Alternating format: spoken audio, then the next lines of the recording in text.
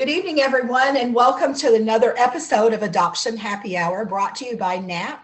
We are the National Association of Adoptees and Parents, where it is our mission to unify the adoption community and elevate our diverse voices by promoting dialogue, understanding, and healing through education, awareness, and connections.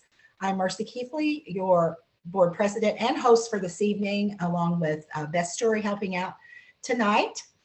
We're just honored that so many of you have joined us this evening. I know we had quite a few register, so we may still have some stragglers coming in, but we appreciate all of you here this evening. I'm glad everybody had a good holiday. And again, I'm just a little bit under the weather, so you'll have to excuse me for the evening. But anyway, we just want to say hello and welcome. We're going to get started here. Beth's got a few slides we're going to share first.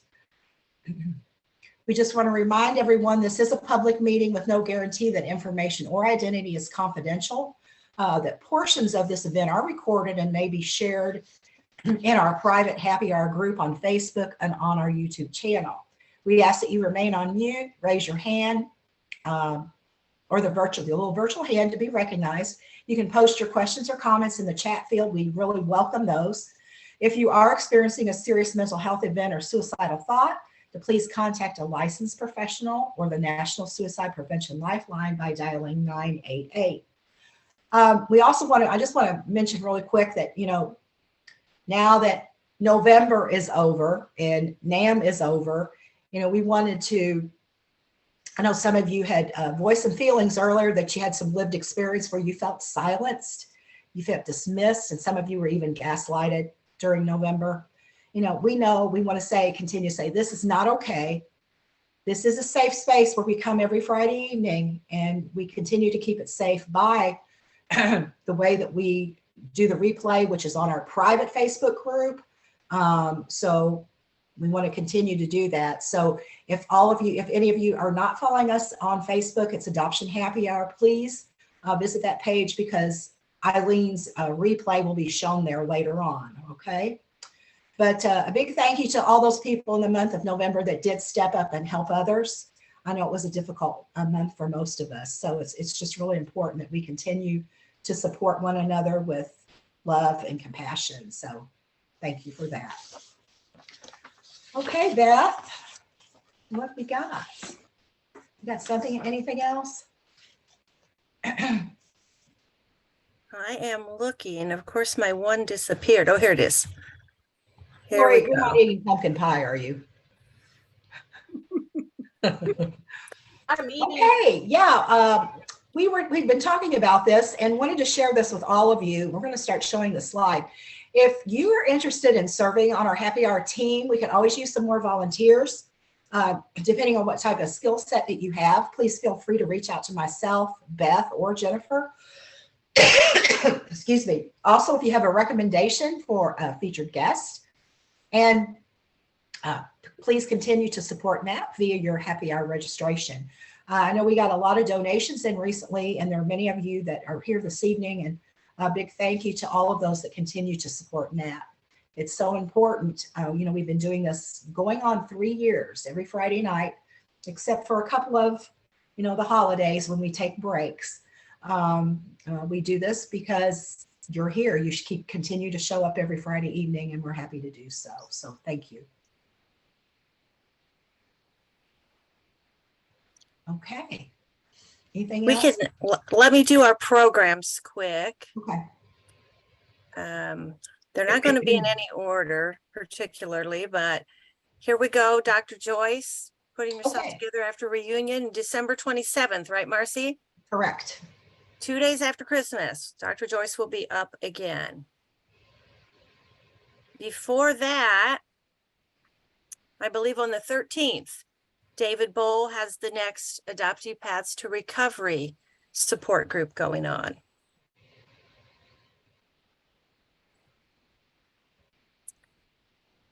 And then the second Thursday of the month.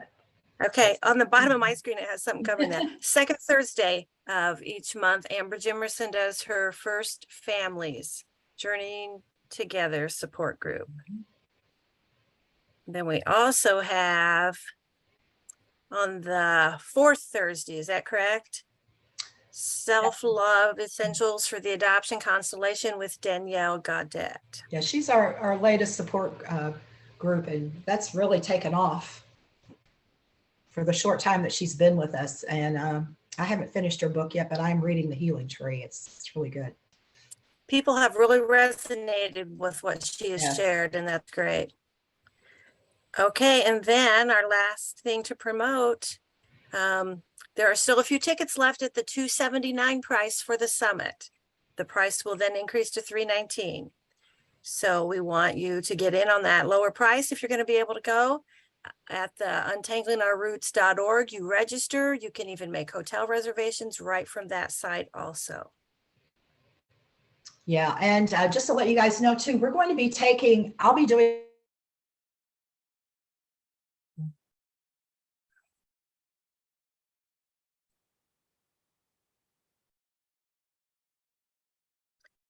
I think Marcie may have frozen. Sometimes her internet does that. Oh, I think she's back. Marcie? Am I back? What did we miss? You just said, I'm going to be doing, and then we didn't hear anything after that. Okay. I will be doing a series of 10-15-minute live interviews from introducing some of the speakers, keynotes, workshop presenters to kind of give everybody an idea who's coming and just what we'll be talking about. So that should be fun and give you some sense of what the summit's going to look like. So stay tuned for that. Okay, that's it. Okay, great. Well, at this time, I'd like to go ahead and introduce my good friend, Eileen Drennen. And this is her first happy hour where she has been a guest. And so we're so excited to have her. Eileen is a writer and an editor in Lafayette, Indiana, who came up through the world of newspapers, including 22 years at the Atlanta Journal-Constitution, back when most people read one every day. Her writing has appeared in the Oprah Magazine, The Rumpus, and Literary Mama. She is working on her memoir, and you can visit her at eileendrennen.com. She's also a fellow First Mother, and I'm so excited to have her join us tonight. So welcome, Eileen, yay! Thank you. Thank you. So how are you? I'm very glad to be here. I'm very glad to participate in whatever NAAP is doing. NAAP gave me my first opportunity to present at a conference back in NAAP's previous life. And that was such a great experience. So I've loved being able to participate in a group here in Indiana. It was hard to leave Atlanta, where all my support group friends were. So it's good to find people in Indiana. Yeah, and it was kind of cool too, because when you came to Indiana, actually we presented together. That's right. Well, that was our second time. My first time I was by myself. The first time you were by yourself, and then we did one together. So yeah, and it's kind of interesting. I live in Southern Indiana and she lives in Lafayette, which is north. But to see one another, we had to go to Tampa, Florida. So go figure that one. But it was great to catch up with you again. We appreciate all the support that you've given NAAP over the years too, Eileen. So yeah, we just wanted to have you on tonight, and I would like for you to share a little bit of your journey, your personal story with our attendees tonight, and we'll just go from there. So you want to fill us in a little bit on your story? Okay. I have a couple pieces of reading I'd like to share with you at various points. I have so my book focuses on the 70s, the 90s, and the 2000s. The 70s when my son was born and when I was in high school, and the 90s when I first realized that I could actually look for him. And in the 2000s, obviously, when I started to figure out, well, how the heck do I tell this story and what is this story? So I've been working on it for a really long time. But anybody who's ever tried to write anything knows that you start out thinking it's one thing and it becomes another one over time. So as I like to joke, it's a good thing I'm Irish because we are stubborn, and I'm not about to give up until it's on a shelf somewhere. Having watched several happy hours before, I'll give you the Cliff Notes version of my story. And then you can read the long version in my book when it comes out. Basically, I was one of those gals who fell in love in 8th grade with the person I was sure was going to be my husband. This was my first boyfriend, and I thought that was that. That was pretty much the model in the town where I grew up in Poughkeepsie, New York. There were a lot of people who met in high school and fell in love and got married and had a bunch of kids. And in Poughkeepsie, our family of 6 kids was considered small. My sisters had friends who were one of 13 or one of 12 or one of 10. So I was certainly not planning to go that far, but I did think that I had this all laid out. And so we started dating in 8th grade, and for my 16th birthday, my boyfriend, who I called Joe in the book, gave me what was known back then as a pre-engagement ring. I don't know if you've ever seen it. It's a gold band, and it has the smallest diamond chip in the history of diamonds. But anything that has a diamond in it is a serious promise. So that was on my left hand, and I really did think that this was like, you know, training wheels for the real thing. And I became pregnant in March of 1973, a couple of months after Roe v. Wade was made the law of the land. And I immediately thought, because we had talked about this, oh, we're just going to get married sooner. Just going to have the wedding in high school.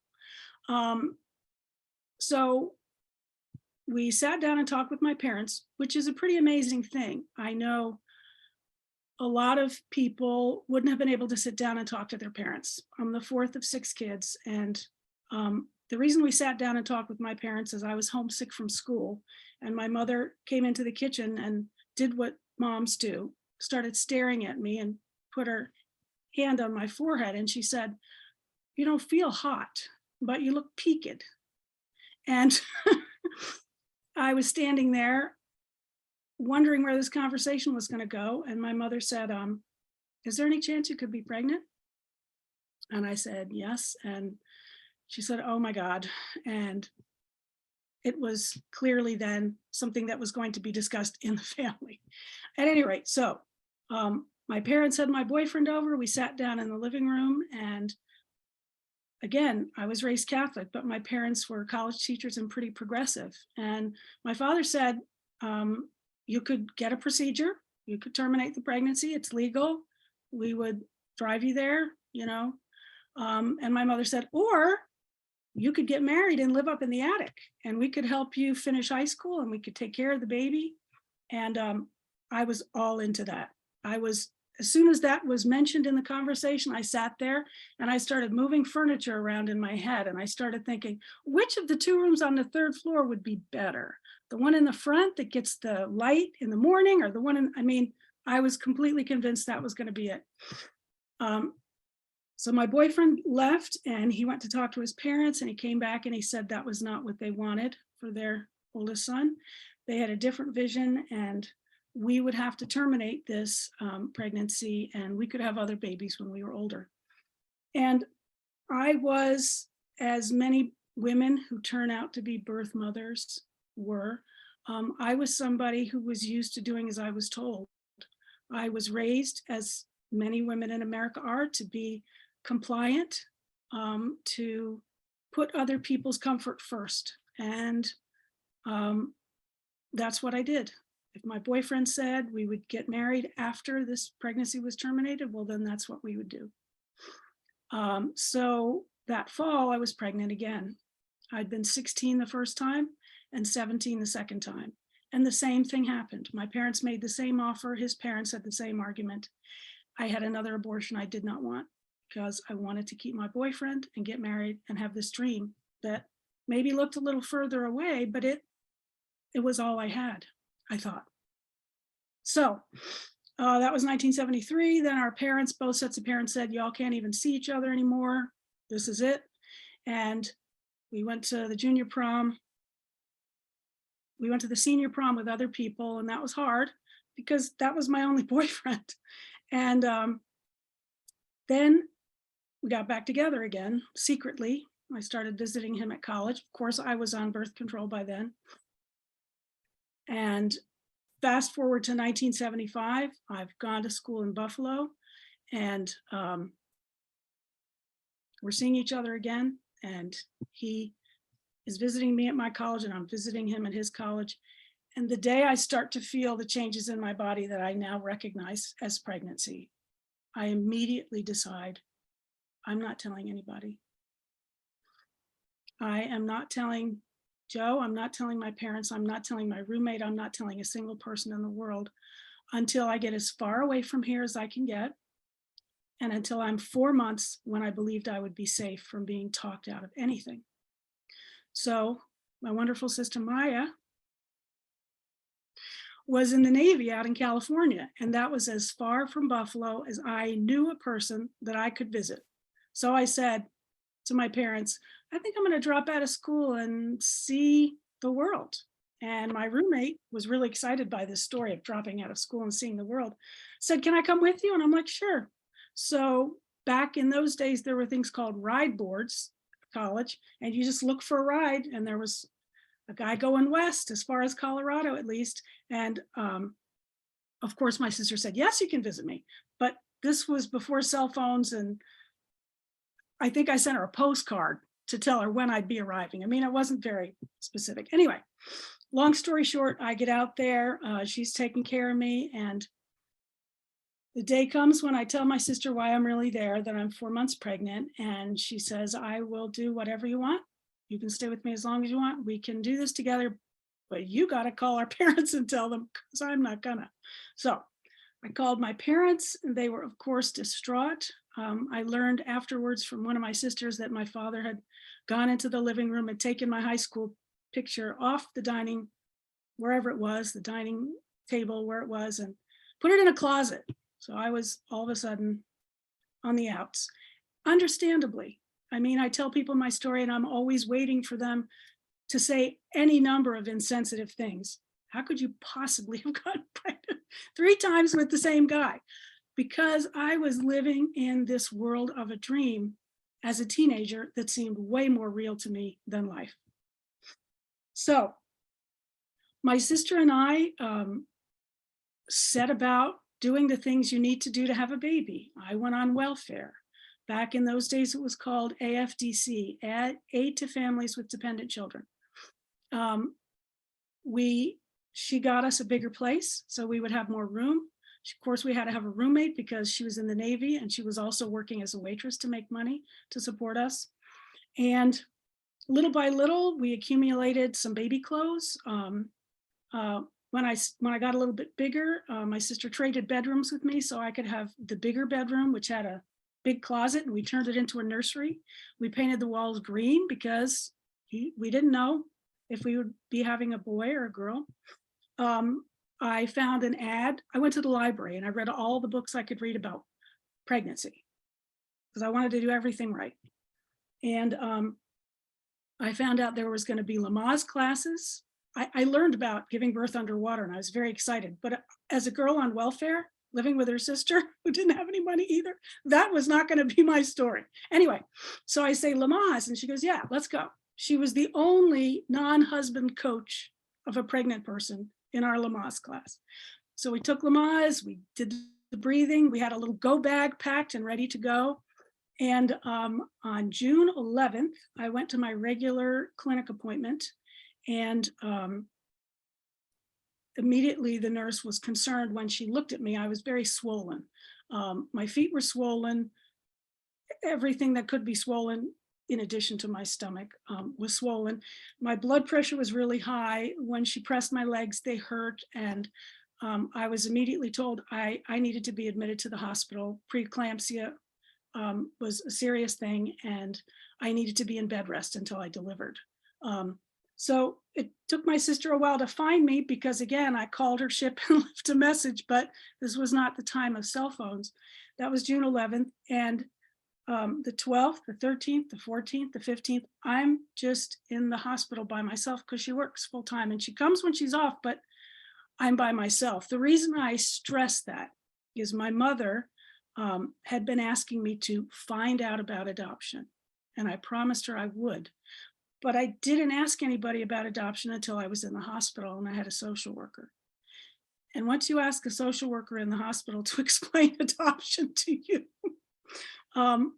I thought afterwards that it felt like I was put on a conveyor belt and I was sent down this path that I didn't know I was on.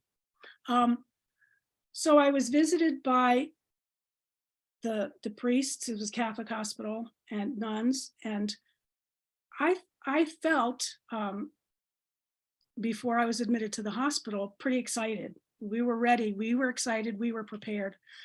But in the hospital, I started to be asked things like, what are your plans? What are you going to do? And I'm like,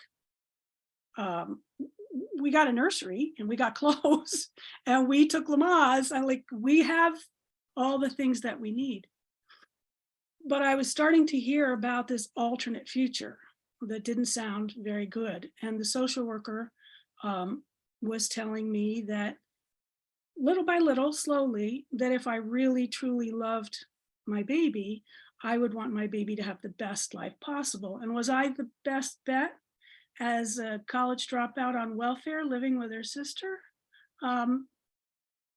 Again, I want to say, being somebody who was raised to obey and who frankly didn't have the best self-worth, especially pregnant for the third time by a guy who ended up not marrying me and wasn't by my side at that moment in the hospital. It didn't take her much to persuade me that I was not.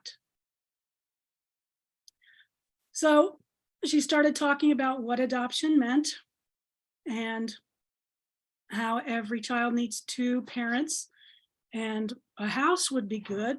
Parents with jobs would be good. And I started to be filled with doubts. I, however, did not tell my sister what was happening in the hospital, and our time together was so short that she had no idea. So on June 16th, when my water broke, again, I was whisked off to the labor and prep area, and I did not have my advocate with me. She was at work. It was a Friday, right? It was a Friday, I think, when I went into labor, and I couldn't reach her. I called a ship. I couldn't find her, and so I was just whisked down to labor and delivery, where things started to happen that nobody was asking me what I wanted. When she found me later, she says, "You were high as a kite," and it wasn't until I got my records from the hospital that I learned I was on Demerol, and I was in the labor room by myself. So she gets there finally. I don't remember it as well as she does, but I know I was happy to see her, and I was really happy to have somebody to hold on to. I didn't have a long labor, but we did the breaths, and she not only gave me ice chips, she ran out to a candy machine to get me Lifesavers. She asked me what flavor Lifesavers, and apparently I didn't know, so she got me one of every kind of Lifesavers in the vending machine. And so we were so excited at my son's birth. I did get a saddle block and epidural finally, and I was coherent as the labor was progressing. I remember they asked me if I wanted a mirror position so I could see, and of course I did. And I was so exhilarated when my son was born. I was just thrilled. But then I was taken into recovery. And again, I didn't really know what was happening, but somebody said, "Well, don't worry, honey, we gave you something to dry up your milk, so you won't have to worry about that." So the next day I was in yet another room with a girl who was relinquishing her child and was excited about it. And I was there. He was born on the 16th. I was in the hospital the 17th, 18th, 19th, 20th. I do not know why. I was not released from the hospital until the 20th. And I was allowed to see my son at feeding time. I could hold him and feed him, and I can't tell you exactly in what order anything happened because it's a blur. I remember my parents saying that they agreed with the social worker that I was not a good bet. And I do remember telling the social worker, if I have to say goodbye, I'm not doing it in a hospital. I'm going to take him home. and I'm going to tell him what's happening, which is what I did.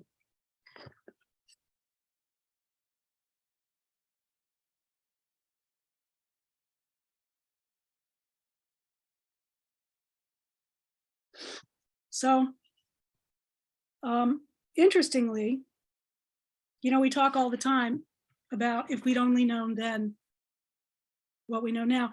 Interestingly, a friend of one of our roommates brought another friend over who I'd never met before in those 2 days when I had my son at home. And she sat down and I let her hold him, which now kind of blows my mind. He's not even a week old, but whatever. And she says, don't do it. Don't bring him back. I lost my daughter when I was 16 and you never get over it. You never forget. But I said to her, it's too late. I told them I'd be back on the 22nd. And my parents said, and we stayed friends, and I've interviewed her for my book, and she says, Eileen, I couldn't believe it. You were sitting there in your own home and you had your baby. And I couldn't believe you were going to bring him back. But see, to me, it was already done. I was already beaten, and there was nothing I could do but follow through with what I had been told was the best thing to do for my son. So when did I sign the papers? I have no idea. I never got them. I never got a copy of the birth certificate. To this day, I still haven't seen it. And June 22nd is when my sister and I brought him back. I've also written about this. I had this memory of handing my son to the social worker, and she tells me, yeah, that's not what happened. And I write about the difference between those and why your brain, as the therapist said, your brain wants you to survive. And so your brain might not give you back some memories. And she remembers that they had us bring him over to some other room that had empty cribs in it. And I put him in an empty crib and we left.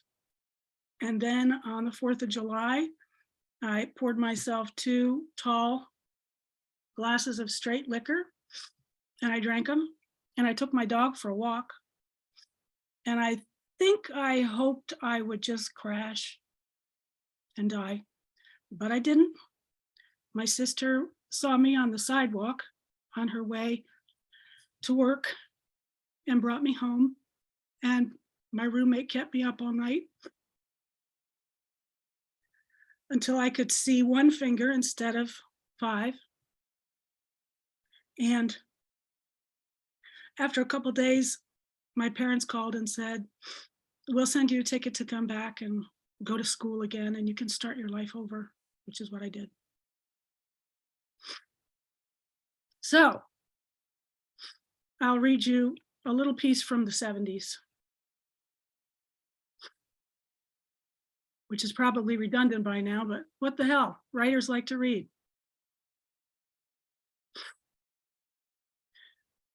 The word mother shares a root with matter, the central hard wood of a tree. Hard wood also refers to the source of paper. All 3, matter, mother, paper, share the root of being a substance from which something is made. I once dreamed of being a mother, the kind of steadfast sun around whom a family could revolve, instead of just one of several moons orbiting our parents' unpredictable home planet. In the early 1970s, I believed I would be. The illuminated vision I'd created of my life with Joe Pietro, the boy I'd started dating in 8th grade, felt more real than the salty river air we breathed. A steady beam of love, it lit a path I vowed to follow way past high school. When we drove down to the river in his dark green Plymouth Fury to make out and watch the lights gild the bridge, we kicked around the details of our future in Massachusetts. The word came to encompass who we wanted to be, how we wanted to live, and what kind of life we planned to make. To us, it seemed close enough to home to visit, but far enough away to protect the traditions we'd make one day with our own kids. 2, like his family, seemed too few. 6, like mine, too many. 3, or maybe 4, in case they wanted to make teams for sports, felt just about right.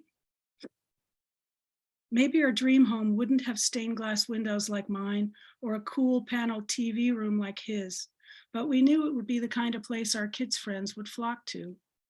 In dark corners near the Hudson, our tenderness bloomed until we felt as married as if we'd walked down the aisle, each act of love a down payment on Massachusetts. Exactly when or how we'd walk through that future front door seemed mere details. I could see us there, playing catch in a rose gold twilight, surrounded by the kids we knew would one day be ours. I'm going to have to blow my nose. I'm sorry. I will go off camera.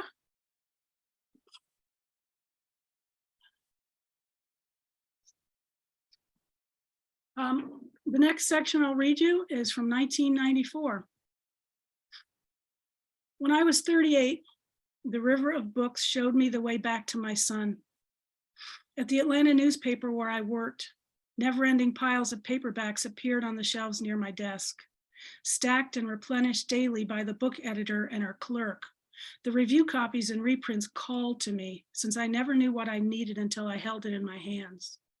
From Paul Auster's memoir, The Invention of Solitude, to Louise Erdrich's novel, Love Medicine, to a biography of pioneering journalist Nellie Bly, the relentless paper tide always took me where I needed to go.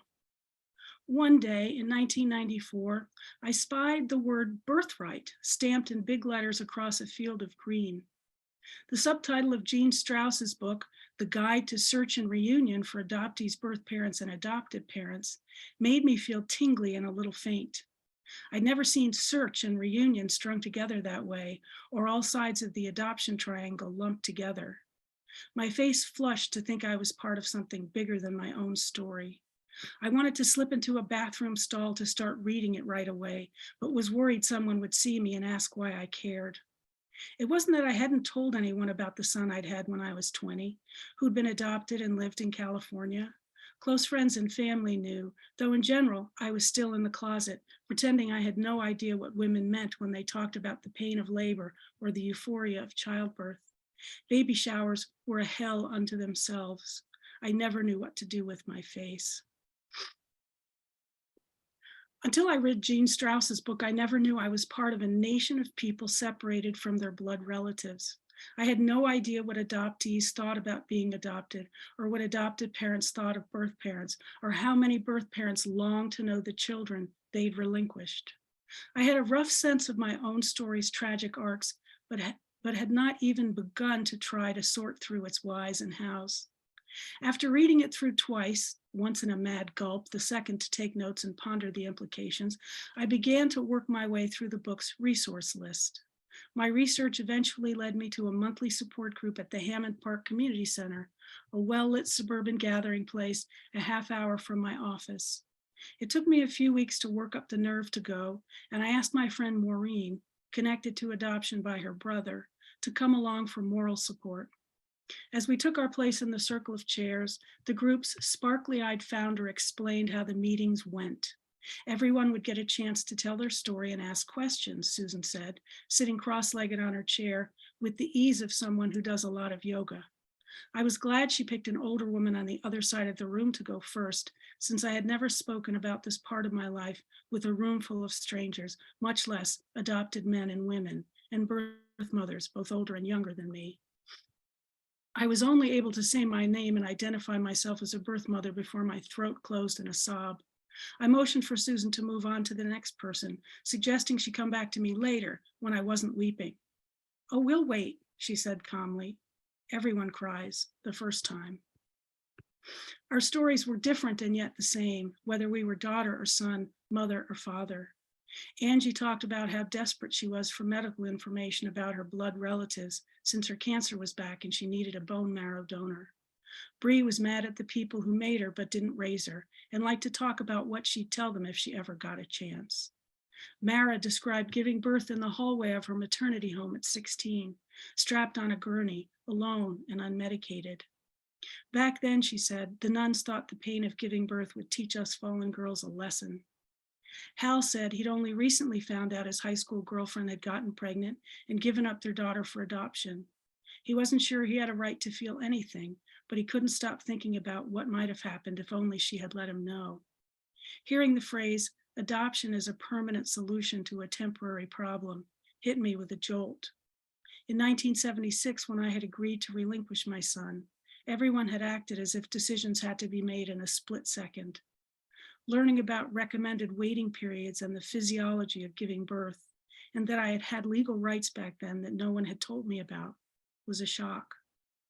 I felt welcomed by this new tribe of disconnected souls who viewed their separations from family as mysteries to be solved, stories that might still have better endings. So, now that you've heard the details of my story, you won't be surprised to know that I told my week-old son that I would find him someday and I would explain everything to him. And I did that. I kept in touch with the social worker, and I wrote to her first when he was 10 years old.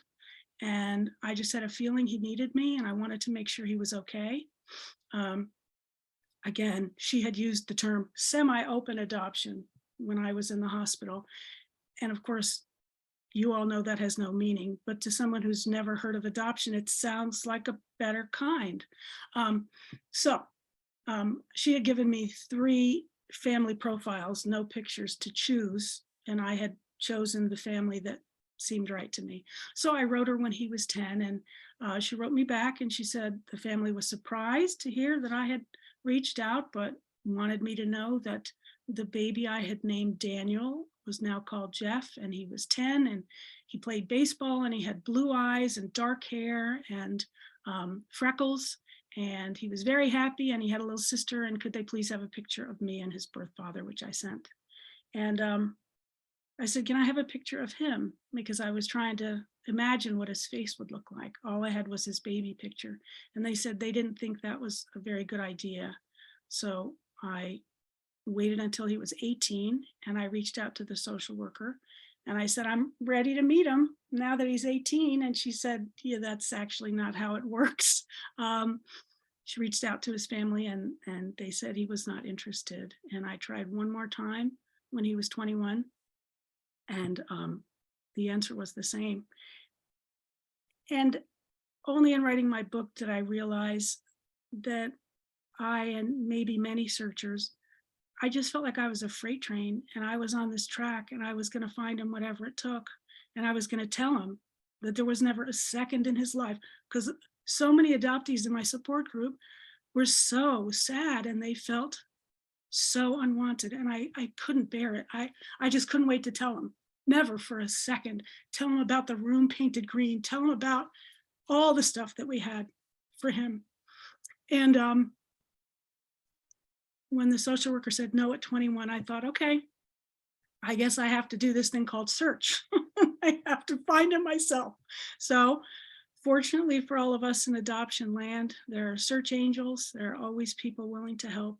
And I found people who were willing to help me. And I found out where he was going to school, and he was in college. And I wrote him a letter.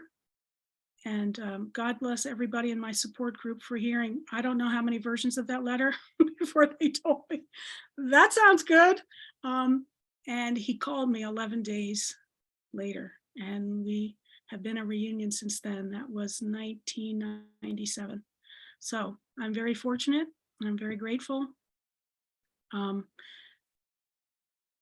And I had no idea what reunion would be like. I imagined that going to support groups and reading books was like doing advanced homework. I thought I was prepared.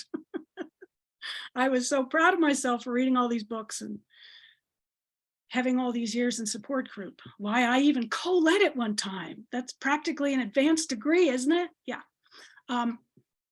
If you've ever read any Greek mythology, you may know the word hubris, which I, in retrospect, had plenty of. That means the fatal flaw of not knowing what you don't know.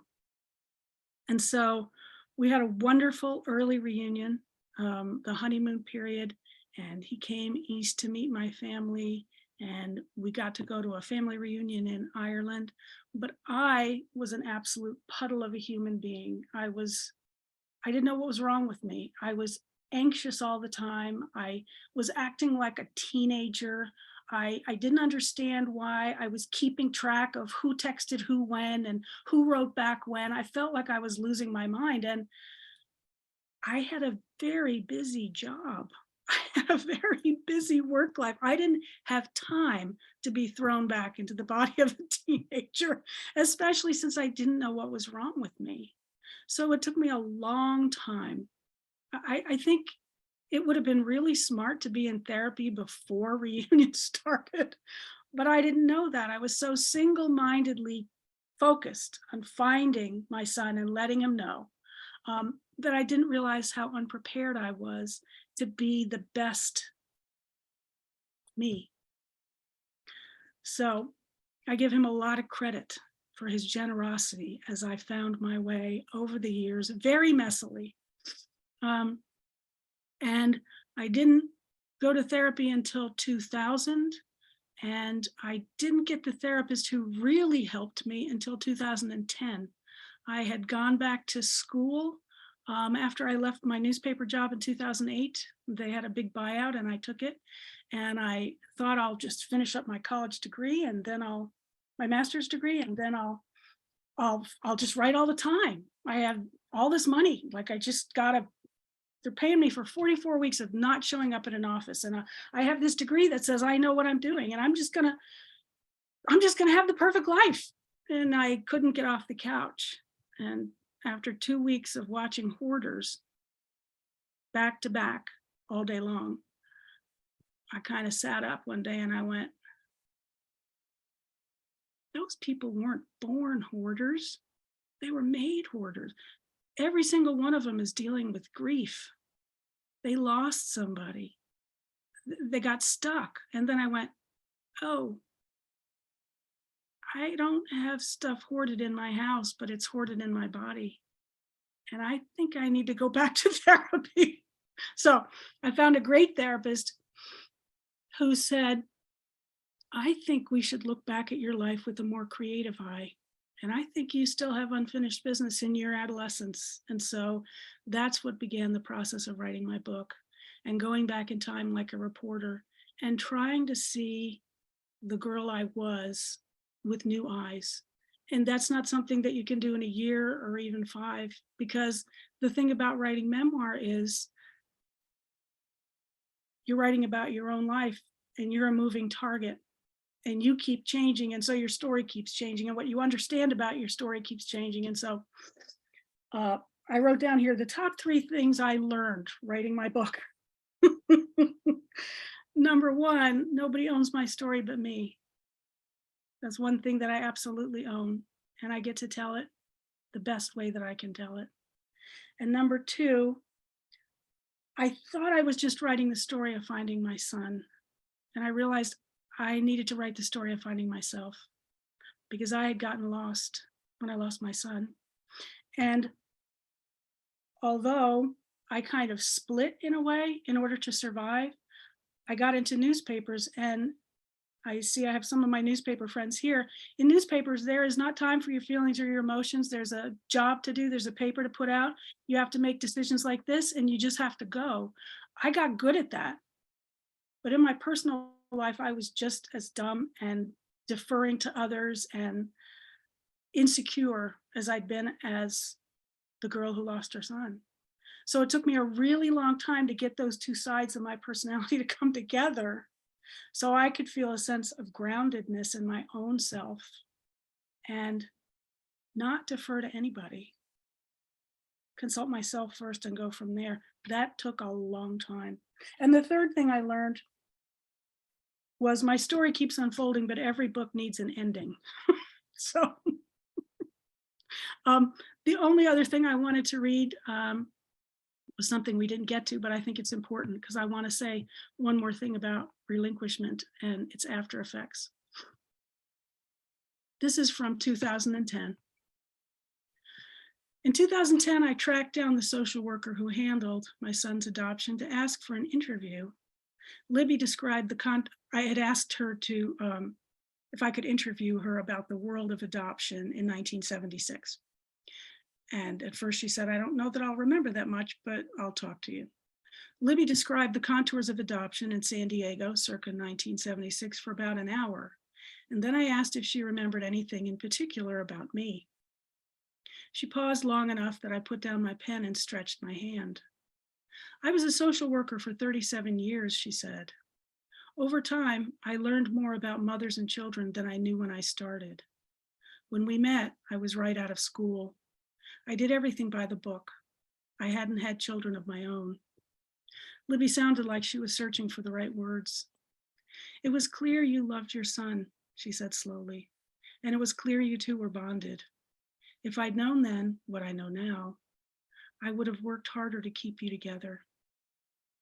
My ears buzzed. I struggled to write her words down fast enough. Then I dropped the pen, put my hand on my heart, and tried to keep images of the life we might have had from overtaking my brain. Her words cut through me. I felt released. I hadn't been crazy to remember I'd have died before letting anything hurt my son. Yet I walked away, causing his first and maybe deepest pain.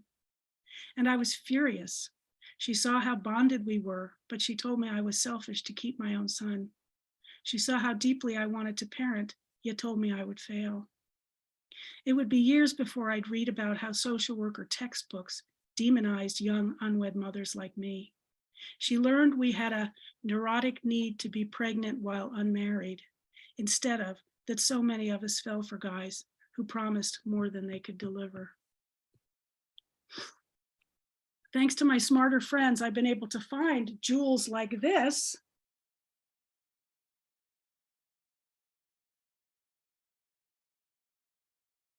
Fallen Women, Problem Girls, Unmarried Mothers, and the Professionalization of Social Work, 1890 to 1945. Now, my son was born in 1976, so obviously I was not one of the women who were sent away.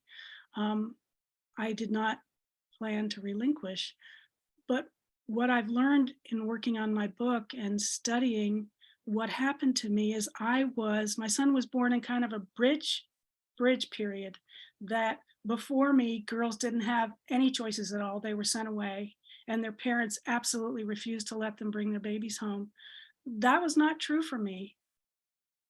But I didn't realize that the supply of healthy infants was plummeting, and that pressures on social workers to make good matches was increasing, and that they were right out of school and they hadn't had children yet. And a lot of them didn't know what they didn't know. So that's given me a lot of empathy for everybody in the story, because I know a lot of people were doing the best they could, and we still changed lives forever. My son has a fantastic life and a great family, and he grew up really, really wonderfully. And some people hear that and they say, well, then what do you have to complain about? And I realize then that they don't know anything about adoption. So I remind them that it's not either or, no matter what you've been told, it's both and. My son had a great life, and I have suffered. And I've also made a great life, but our separation was unnecessary. It's both and. Thank you, everybody. Thank you, Eileen. I really appreciate you coming on and sharing your story with us. It's kind of tough. Memoir writing is not for the weak. Amen, and sister. You were so right about those 3 points. You know, I did something similar too. But you're right. When you're writing about yourself, it takes time to process all that. And some of the thoughts that you thought you had, when you get into it, you realize there's another memory that triggers it. All of a sudden you have a new truth in front of you. Yeah. And it takes time to sort through that. Yep. There's a lot of layers of forgiveness that are necessary depending on, you know, each one of our stories, right? Absolutely. Who we need to forgive. And we're always the last ones. Ourselves. Well, ask ourselves for that. if you've been a girl who was able to be persuaded to give away your first child. In my case, my only. You know, you think about that phrase in fairy tales and in, you know, movies. I demand the firstborn. I mean, like, that's torture. And in order to be persuaded that that's good, you have to be somebody who does not have any sense of your own value or power. And it's very easy to persuade you that you're not the person to fight for. This baby, whatever they need, whatever somebody tells me that baby needs, I don't know. I haven't had any. So that's kind of what frustrates me about it.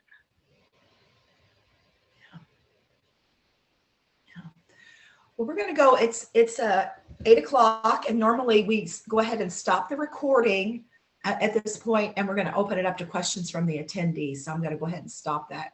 Okay.